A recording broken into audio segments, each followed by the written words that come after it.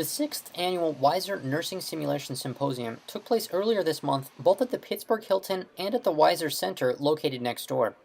Before getting deeper into the event, however, I wanted to share more about UPMC's historical connection to the modern-day medical simulation industry, which I learned from WISER Director and IMSH President, Dr. Paul Frampus. So in 1994, anesthesiologists approached the chairman of the Department of Anesthesiology in response to a number of reports in the medical literature about the safety of operating rooms and anesthetics being delivered.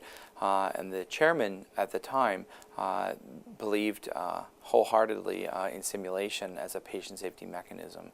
And he committed a large sum of money, of the department's money, to make an initial investment in simulation. The simulation efforts then began to blossom. There was recruitment of other areas that had patient safety initiatives going on, where there was looking for improvements in areas of quality and patient safety, and it led to the broadening of the scope of the simulation program at the University of Pittsburgh. There were a number of senior leaders that had the forethought to invest in simulation. While many people today think of simulation as just a normal part of healthcare, in the mid-90s this was pretty much unthought of.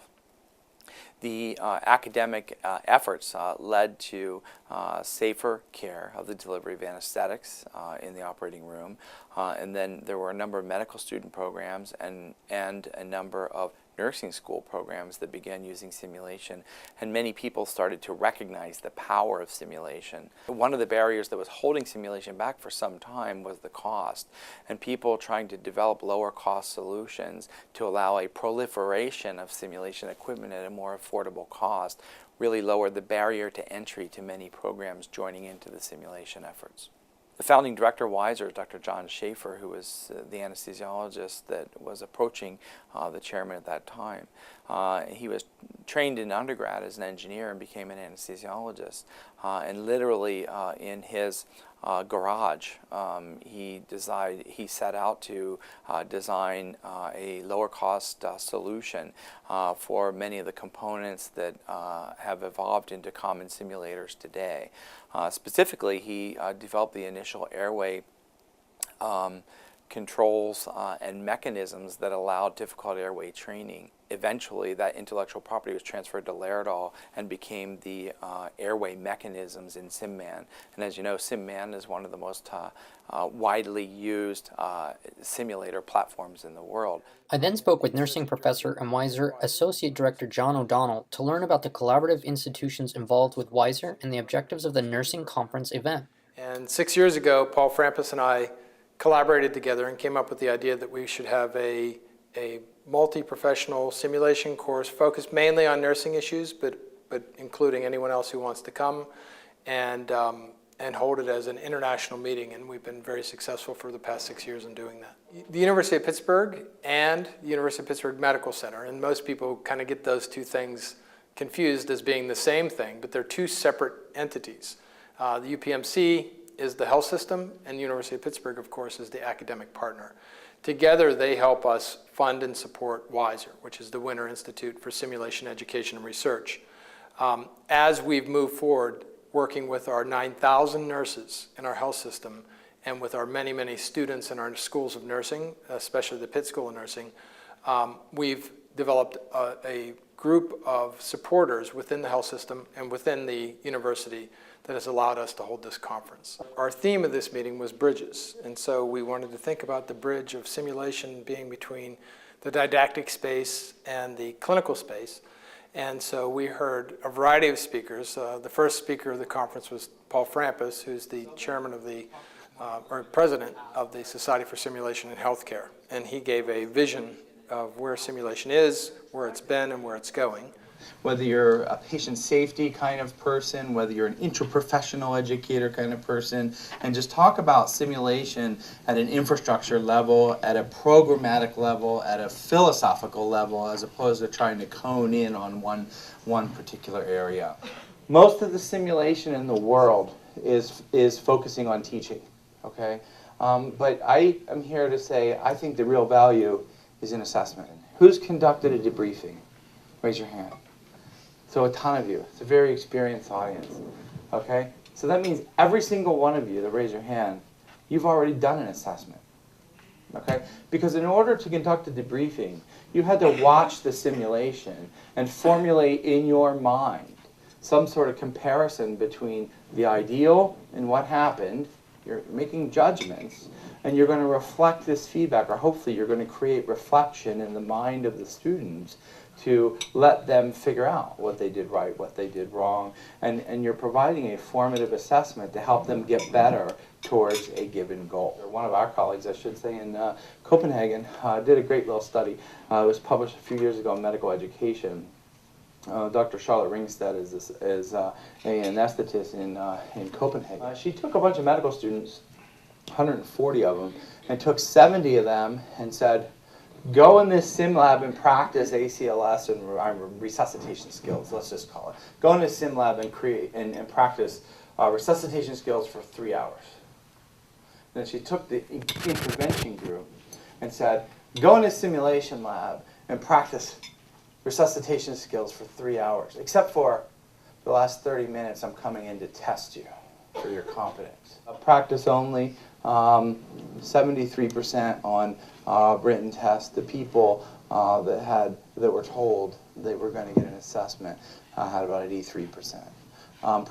Performance testing ended up in the same way. She brought them back and ran the same test again. Guess what? Same results. It persisted. The difference persisted. So just creating in the mind of the student that they're going to be assessed seemed to create a stickier learning environment with what they did in the simulation lab. We can deliberately design simulation scenarios to create variable differences so that we can measure different things, so that we can create different outcomes. Okay? And that, again, we can look at healthcare happening frame by frame so we can analyze and see what goes on. Because if we just keep watching healthcare in real time, it's like the drop going into the water. It just looks like splash, it's over. But realistically, when we break it down and look at it, we see lots of interesting things. We heard from Susie Cardong-Edgren, editor of the Clinical Simulation and Nursing Journal, about bridging simulation research to publication, where she also recommended topics of interest to readers. Always of interest. New uses of any kind of clinical simulation. We heard about using it to move a hospital. Now that's pretty amazing stuff.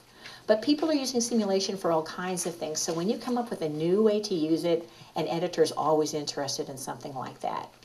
Using simulation to teach, fill in the blank. If you're using it in a new and different way, we love hearing about that. Well-executed research articles are always of great interest to any publisher. Higher level evaluation pieces. If you're getting to where you really know or have a tool that you think is fabulous and you've used it well and you have great inter-rater reliability, people will beat a path to your door. You publish something like that where people will be asking you to come and consult for them. So those kinds of things really pay off taking the time to get it into print. So I just want to encourage you to look at those kinds of things. And then anything new and novel. After the morning sessions, attendees shuffled to the WISER Center, located next door, to engage in some really helpful simulation workshops.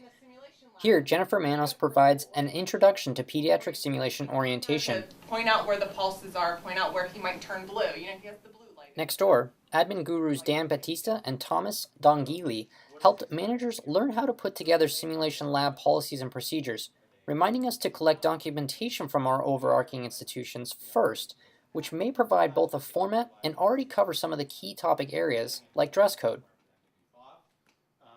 Jeffrey Groom shared his successful medical student program, which asked senior students to design and facilitate simulation scenarios for junior students, which helped retention and learning outcomes by providing learners the opportunity to show their knowledge by teaching others. Nearby, University of Pittsburgh School of Engineering biomedical graduate student Doug Nelson showcased the Simulation and Medical Technology Research and Development Center's Body Explorer system. What I'm showing today is the Body Explorer system, integrated with our simulated drug recognition system. The Body Explorer projects anatomy down onto a mannequin surface and allows the user to interact with that projected anatomy through use of a pointing device, much like a mouse, to open up anatomical views onto the body. And as I inject this medication, let's say 5 milliliters, we can see and hear the effects of that injected stimulant. Finally, John and Paul provided another session on how to reinforce students' learning through structured and supported debriefing techniques. He's engaging every member of the simulation team there, or of the student team. And maybe he's permitting her to do a little bit of over-talking because he senses this student is a little bit nervous and might need a little bit of prompting or something like that. So instead of interjecting his own opinions, he's still in control of the conversation and allowing it to roll forward a little bit. And that's an okay thing to do, but with the idea that you're keeping control of the conversation. To hear a nurse's perspective on the event, I asked a random attendee her thoughts on the meeting. My name is Ruth Henderson. I am a registered nurse with Mastered Prepared Nurse Educator from Charleston Southern University in Charleston, South Carolina.